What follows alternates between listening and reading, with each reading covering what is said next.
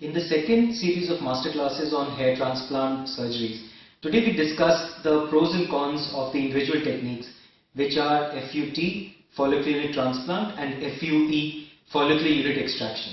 What are the indications, what are the benefits, where one is more useful than the other. In most of my patients, I do a combination of FUT and FUE. I believe that FUE grafts have a definite role in highlighting the hairline. Now, if we see this particular picture, the row of hair grafts which are arranged in the upper row are FUT grafts and the row here are FUE grafts. You will note that the FUE grafts are more thin. For example, this double follicled FUE graft, and similarly if you see a double follicled FUT graft, there's such a huge difference in the thickness of these grafts. In the hairline that we make, we want more hair to be placed so that we get a better density, but the hair has to be the space that a hair takes has to be less. So very often I put FUE grafts all along the first line, and that allows me to get about 40% more hair than I would if I was to fill this with just FUT grafts, and rest of the transplant would proceed. If a patient is more towards FUT, we would then do the rest of the grafts with FUT, and if the patient is entirely FUE, then of course the rest of the grafts would be FUE. So clearly note that there is a difference in the thickness of these two techniques, and therefore if we design FUE grafts for the first hairline, we can get a slightly better result. Now, I never use FUE in thin silky hair or thin silky curly hair. In fact, with curly hair, and if the hair is really thin, the wastage rates can reach almost 15 to 20%, which means 1 in every 5 follicles is damaged. That's a very high rate of transection. Women are rarely candidates for FUE, except some of them who have more thick hair. Very curly hair. I will show you a slide to demonstrate what I am saying.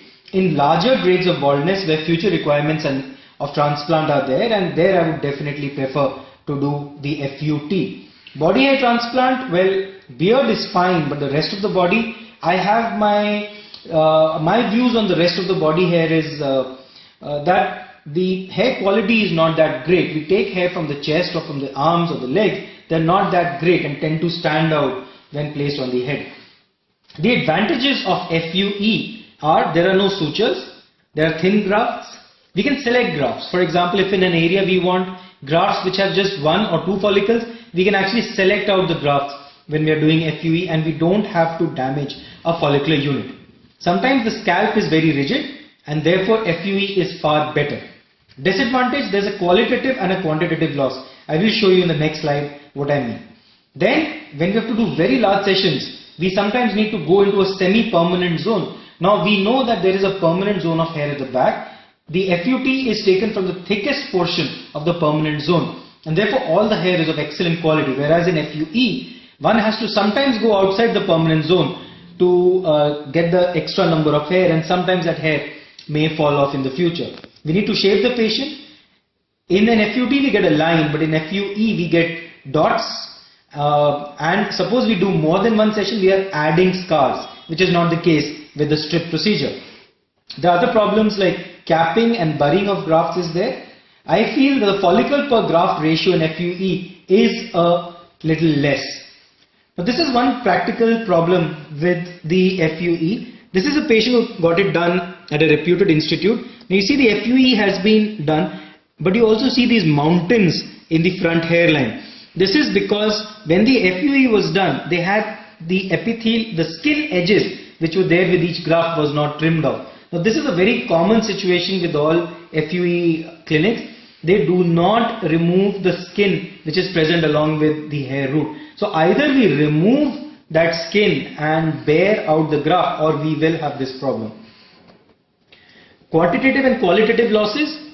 Here we see this picture where there are grafts which are intact. You see this graft there is a transection of 1 root. Here there is a transection of 1 root. Here there is a transection of 2 roots. So the quantity is intact. These grafts are intact. But the quality of this graft is down by 66%. Quality of this graft is down by 50%. So the qualitative losses are a lot in FUE. Of course, the transaction may be very similar in both the techniques. Such thin, pathetic hair roots, it's very difficult to do FUE, and I straight away suggest to the patient to not even consider FUE. FUT, the advantage is we can get very, very large number of grafts. With a trichophytic closure, we have virtually no scar.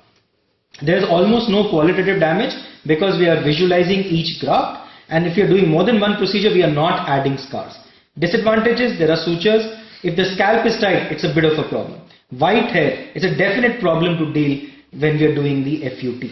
Now this is a slide to show the curly hair. Just go. Now you see the hair is turned around in all directions. It's a virtual three-dimensional turn with hair spiral in nature. It's very, very difficult to get a high success rate with FUE. These are candidates who are tailor-made for the strip procedure, wherein the result is more than excellent.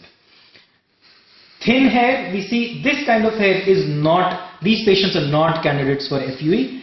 You see the difference, thicker hair and thinner hair is very, very difficult to do in thin hair. Another example of thin hair, this kind of a hair density pattern, one would not want to do FUE. This kind of a pattern is great for doing whichever technique we want. Excellent results are assured. Hair transplant in white hair, now in FUT it's very difficult because you cannot see the roots, whereas in FUE we are not really seeing the roots. We are seeing the entry of the hair into the scalp, and FUE actually forms an important role in transplants when we are doing in patients who have white hair or predominantly white hair. We ask them to dye the hair a couple of days before the procedure, and doing an FUE becomes really very simple.